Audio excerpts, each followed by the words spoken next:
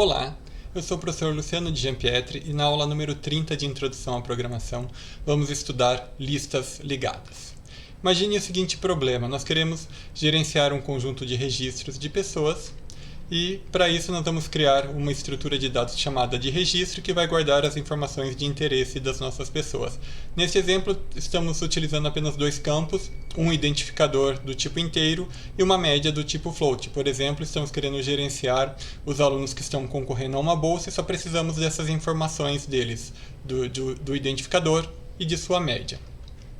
Também criamos uma função para criar um novo registro. Ela recebe como parâmetro o identificador e a média, cria uma variável do tipo registro, preenche seu identificador e sua média e retorna uma cópia desse registro, dessa variável.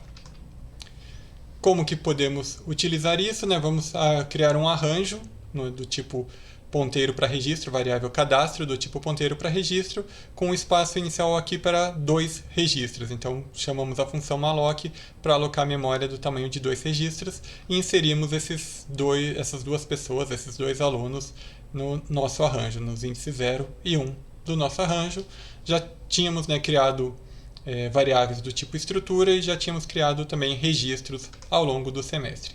Mas agora imagine que durante a execução do nosso programa, nós percebemos que tem mais um aluno que está querendo concorrer a essa bolsa. Então queremos inserir uma terceira pessoa no nosso cadastro. Como que podemos fazer isso? Não tem espaço, o nosso arranjo foi criado com espaço apenas para duas pessoas, para dois registros. O que fazer? Não tem uma forma fácil de resolver esse problema. A única forma de se fazer isso é criar um novo arranjo maior. Então vamos criar aqui um arranjo chamado de maior, alocado também de maneira dinâmica, com espaço para 3 registros. E daí copiamos cada um dos registros para dentro desse arranjo e em seguida inserimos a terceira pessoa nesse arranjo maior.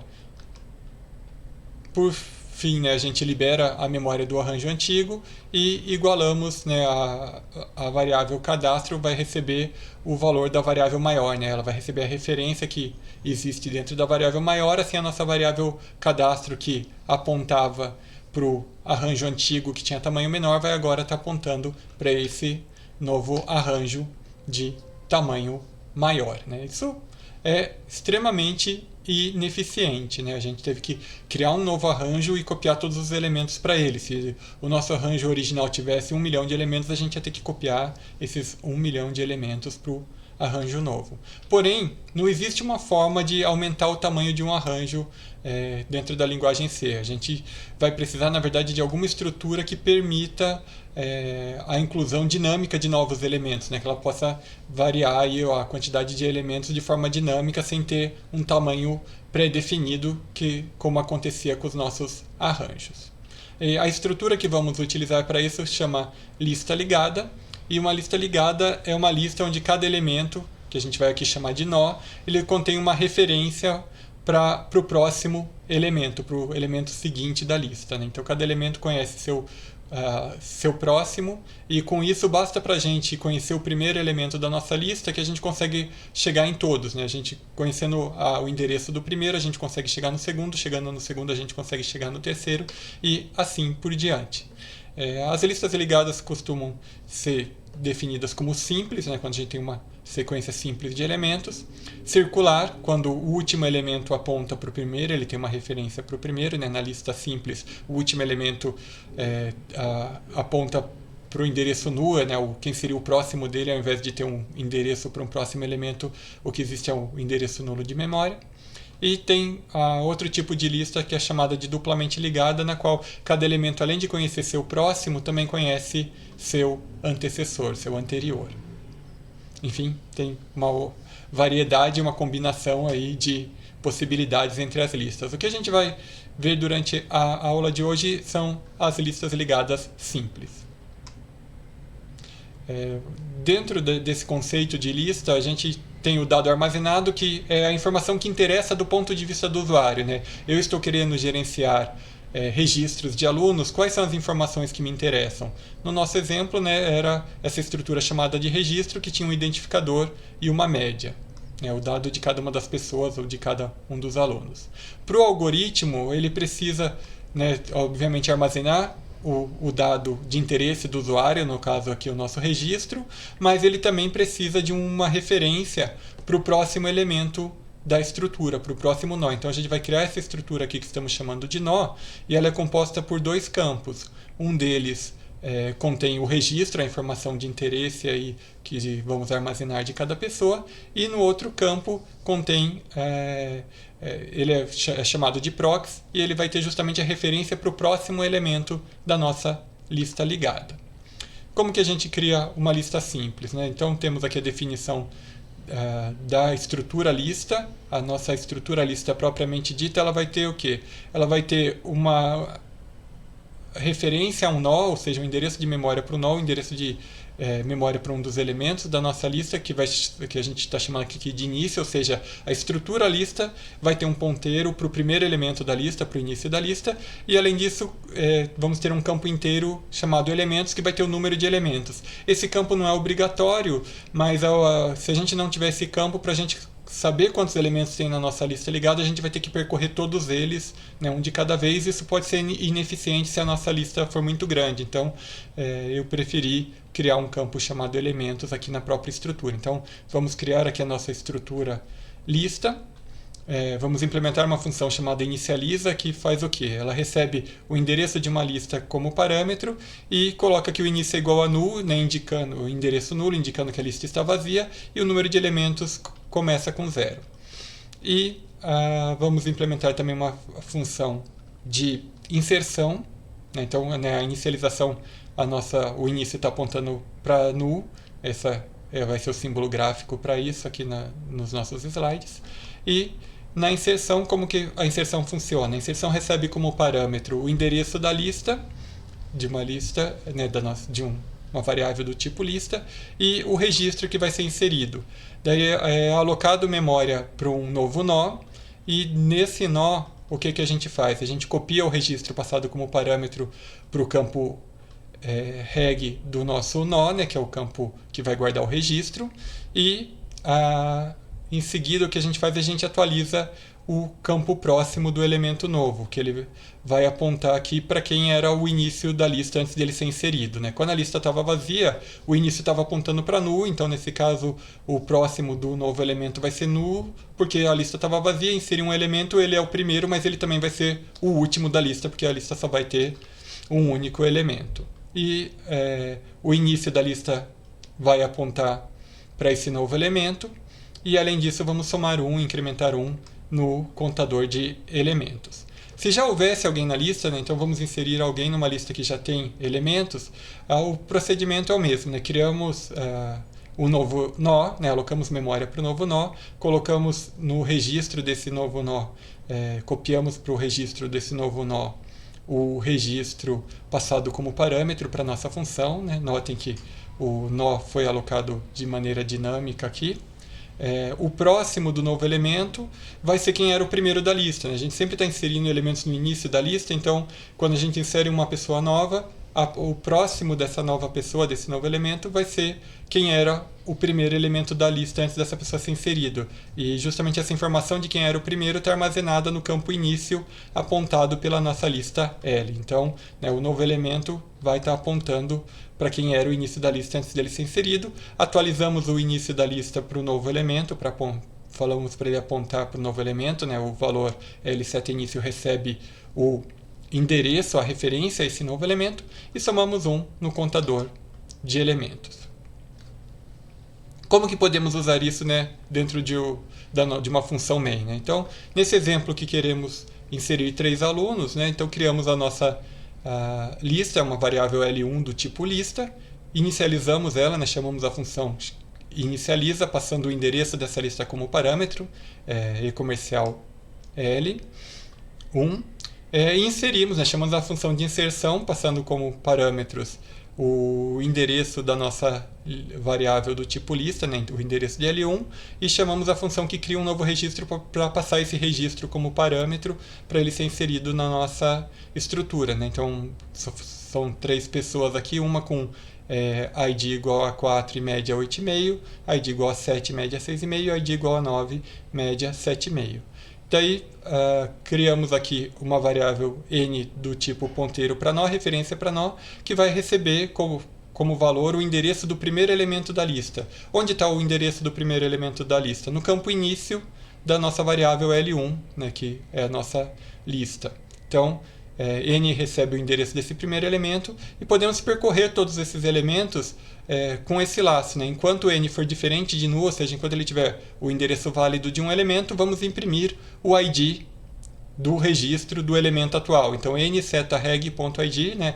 N é do tipo ponteiro, do tipo referência a elemento, né? A nó, que é cada um dos elementos da nossa lista. Então, n seta, né? Fale vá no nó apontado ou referenciado por n, pegue o campo reg, que é o campo que tem um registro dentro do nosso nó, e dentro desse reg, né, que é uma estrutura, pegue o campo ID, e o que a gente vai fazer vai ser imprimir cada um desses IDs.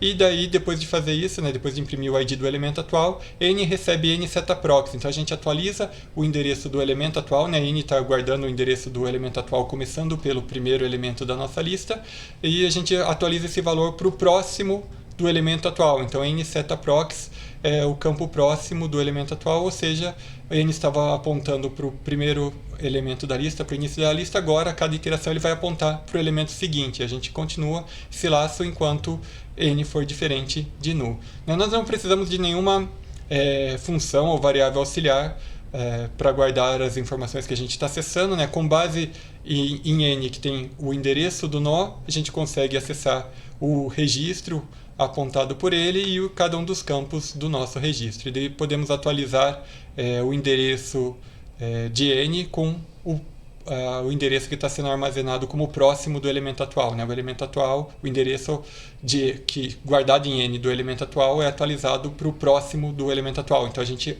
anda para o próximo elemento, né? A variável n apontava para o primeiro elemento, vai apontar para o segundo, depois da primeira iteração, para o terceiro e assim por diante a cada iteração, né? E daí a gente, a partir desse endereço, consegue buscar o registro e cada um dos campos de informação do nó atual da pessoa que está sendo armazenada ali no nó atual.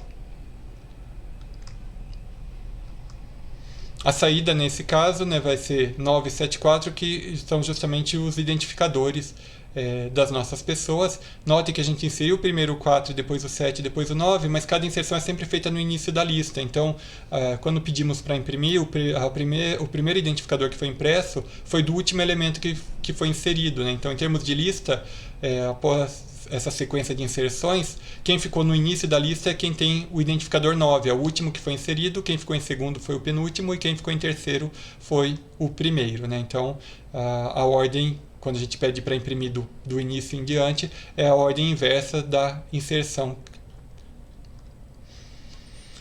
E se ao invés de inserir sempre na primeira posição, a gente perguntasse para o usuário em que posição ele gostaria que a inserção fosse feita, né? Que a gente criasse uma função que insere de acordo com a posição passada pelo usuário, né? Considerando como 0 o primeiro elemento, como 1 o segundo elemento e assim por diante, né? Então, se a gente quisesse inserir aqui na quarta posição, né, como quarto elemento, que a gente precisaria fazer é a partir do início da lista e andando até a terceira posição, até o terceiro elemento, e daí a inserção desse quinto elemento como quarto elemento da nossa lista, né, a inserção do elemento novo com o quarto da lista, como que ela é feita? A gente pede para o novo elemento apontar para quem vai ser o próximo dele, no caso quem era o quarto antes dele ser inserido, e o terceiro elemento aponta para ele como próximo, né? Então o novo elemento vai ter como próximo quem era o quarto elemento antes dele ser inserido, e o terceiro elemento, né, o enésimo menos 1, vai apontar para ele como próximo. Com isso temos a estrutura colocando na quarta posição o elemento que pedimos, né? Isso vale para posições maiores do que 0. Aqui se a gente quer inserir alguém na primeira posição, não tem alguém anterior a ele que deve apontar para ele. Mas a inserção na primeira posição a gente já viu como funciona, né? O elemento novo aponta para quem estava no início e o campo início da lista ligada, da variável do tipo lista ligada, aponta para o elemento novo. Então o nosso código vai justamente tratar esses dois casos. Estamos inserindo alguém em alguma posição que não é a posição 0, ou estamos inserindo alguém na posição 0 como o primeiro elemento da nossa lista. O nosso código está funcionando como? Primeiro, verificando se a posição na qual desejamos inserir o elemento novo ela é válida ou não. Né? Posições inválidas são menores do que 0 ou maiores do que o número de elementos. Né? Se a gente tem 5 elementos, não dá para inserir um elemento na 7ª posição da lista ligada, não faz sentido. Então, se qualquer uma dessas duas coisas acontecer, né, for menor do que 0 ou maior do que o número de elementos, retornamos falso, não dá para fazer a inserção. Caso contrário, alocamos memória para o novo elemento, copiamos o registro passado como parâmetro para o registro apontado pelo novo elemento, e aqui o que a gente vai fazer, né, é verificar se a gente está inserindo na primeira posição ou não. Se for na primeira posição, o que fazemos? Né? O novo elemento vai ter como próximo quem era o primeiro antes dele ser inserido. Então, o novo setaprox recebe lsetaInício, que é justamente o endereço do primeiro elemento da lista antes do novo elemento ter sido inserido. E lsetaInício recebe novo, indicando, né, que o novo elemento foi para o início da nossa lista. Caso contrário, a gente vai usar essa variável auxiliar p do tipo endereço de nó, ou referência para nó, que ela começa do início e a gente vai dar o número de passos necessários. Né? Se a gente quer inserir alguém como terceiro elemento, a gente tem que dar 2 passos, né, parar na posição anterior a ele. Né? Se o nosso elemento novo vai ser o terceiro, a gente tem que parar no segundo elemento para fazer aquelas operações que nós comentamos, que é o elemento novo. Se ele for ser o terceiro, ele vai ter que apontar para quem era o terceiro antes dele ser inserido como próximo, e o segundo elemento vai ter que apontar para o elemento novo como próximo do segundo elemento. Então vamos fazer um for variando de 0 enquanto for menor do que pos menos 1. Então, se a gente quer inserir alguém na posição 4, a gente vai andar aqui apenas 2 vezes. Por que 2 vezes? Porque a variável p já começa do primeiro elemento, então ao andar 2 vezes a gente já vai parar no terceiro elemento. Se a gente quer justamente inserir no quarto, o que acontece? O próximo do novo elemento, né, quem vai ser o próximo dele é quem era o quarto antes do novo elemento ser inserido. Quem era o quarto é justamente o próximo do terceiro. Então, novo setaprox recebe p setaprox, significa que o novo elemento vai ter como próximo, né, vai guardar o endereço do próximo, o endereço de quem era o quarto elemento antes dele ser inserido. Nesse exemplo que eu comentei que a gente quer inserir um novo elemento como quarto elemento da estrutura. E o terceiro elemento cujo endereço está sendo armazenado aqui na variável p vai ter como próximo o novo elemento. Né? O terceiro elemento apontava como próximo para quem era o quarto elemento antes da gente inserir o novo. Agora que inserimos o novo é o quarto elemento, então ele é o próximo de quem é o terceiro elemento da nossa lista ligada.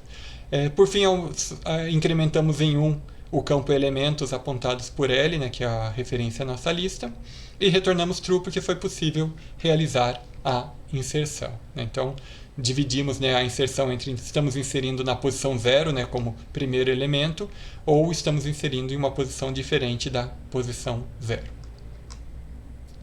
Para excluir um elemento de uma dada posição, o princípio é muito parecido. Se queremos excluir o terceiro elemento, nós devemos alcançar o segundo elemento e falar para ele parar de apontar para o terceiro como próximo dele e apontar para o quarto como próximo dele. Então vamos pular o terceiro elemento e daí excluímos e liberamos a memória do terceiro elemento. Então começamos, né, do início da lista, andamos até o elemento anterior ao enésimo, nesse caso aqui é o terceiro, então paramos no segundo e fazemos isso, né, que o próximo dele para de ser o terceiro e vai se tornar o quarto elemento da lista. A única diferença aqui é se queremos excluir o primeiro elemento, daí não tem anterior que, né, para parar de apontar para ele, apontar para o seguinte. Quem apontar para ele é o campo início da nossa lista, esse campo início deve parar de apontar para o primeiro elemento que vai ser excluído e apontar para quem é o segundo elemento, tornando assim ele o novo primeiro elemento da nossa lista. Então o início deve apontar para ele. Né? A lista vai ser só isso daqui, a gente exclui daí quem era o primeiro. Qual que é o código que faz isso, né? Inicialmente também vamos checar se a posição do elemento que vai ser excluído é válida. Nesse caso, os elementos válidos vão da posição 0 até o número de elementos menos 1. Então, se a posição for menor do que 0 ou maior do que o número de elementos menos 1, vamos retornar false, porque não é possível excluir alguém que não existe na nossa estrutura. Em seguida, dividimos, né, o nosso código nos dois casos. Se estamos querendo excluir o primeiro, né, o elemento da posição 0, vamos usar essa variável auxiliar aqui chamada de apagar, para guardar o endereço do elemento que vai ser excluído. Quem vai ser excluído é quem estava na posição L seta início, né, no campo início apontado pela nossa lista L, né, pela referência L a uma lista. E daí o início deve parar de apontar para o elemento que está sendo apagado e apontar para o próximo dele. Caso contrário, se a gente quer, por exemplo, excluir o quarto elemento, o que a gente vai fazer é dar os dois passos que nem a gente comentou na inserção, né? A gente já começa o P valendo o início, então ele já tem o endereço de memória do primeiro elemento, e damos mais dois passos, usando o for indo para o próximo do primeiro elemento, ou seja, para o segundo, e do próximo do segundo, ou seja, a variável P vai guardar o endereço do terceiro elemento. O elemento a ser apagado é o próximo de P, é o quarto elemento, então a variável apagar vai receber psetaprox. E psetaprox, né, o terceiro elemento que tinha como próximo o elemento a ser apagado, ele deve parar de apontar para esse elemento e apontar para o próximo dele, para o seguinte a ele, ou seja, para apagar setaprox. Ao sairmos do nosso laço, a variável apagar contém o endereço do elemento que vai ser apagado, sendo ele o primeiro ou não.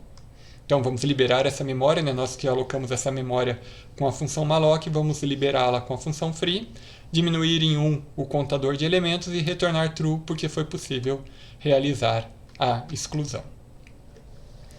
Dentre as estruturas de dados muito comumente utilizadas e que são assuntos de uma matéria do próximo semestre de vocês, mas só vou passar uma visão geral aqui, existe uma estrutura chamada de pilha, que funciona como uma pilha de livros, né? Se a gente quer inserir um novo livro nessa pilha, o jeito mais fácil é colocar o livro por cima dos outros, né? Colocar um novo livro no topo da pilha. E também, se a gente quer tirar um livro qualquer da nossa pilha, o livro mais fácil de ser excluído é o livro que está no topo da nossa pilha. Como que representamos isso, né? Tem várias formas possíveis, uma delas é usando uma lista ligada, na qual tanto a inserção quanto a exclusão acontecem no topo, né? Então, se a gente substituir o campo que a gente chamou de início por topo e não permitimos que o usuário escolha onde serão feitas as inserções ou as exclusões, elas sempre sejam feitas no início, que agora a gente está chamando de topo, a lista ligada que a gente implementou é facilmente adaptada para uma pilha, né? Então, a única coisa que muda é a visualização, né? Que uma pilha a gente costuma olhar na vertical, a lista a gente olhou na horizontal, mas o código é bastante simples, lembrando, né? A inserção ou empilhamento é sempre no topo, a exclusão ou desempilhamento também são sempre feitos no topo, na posição 0 da nossa estrutura.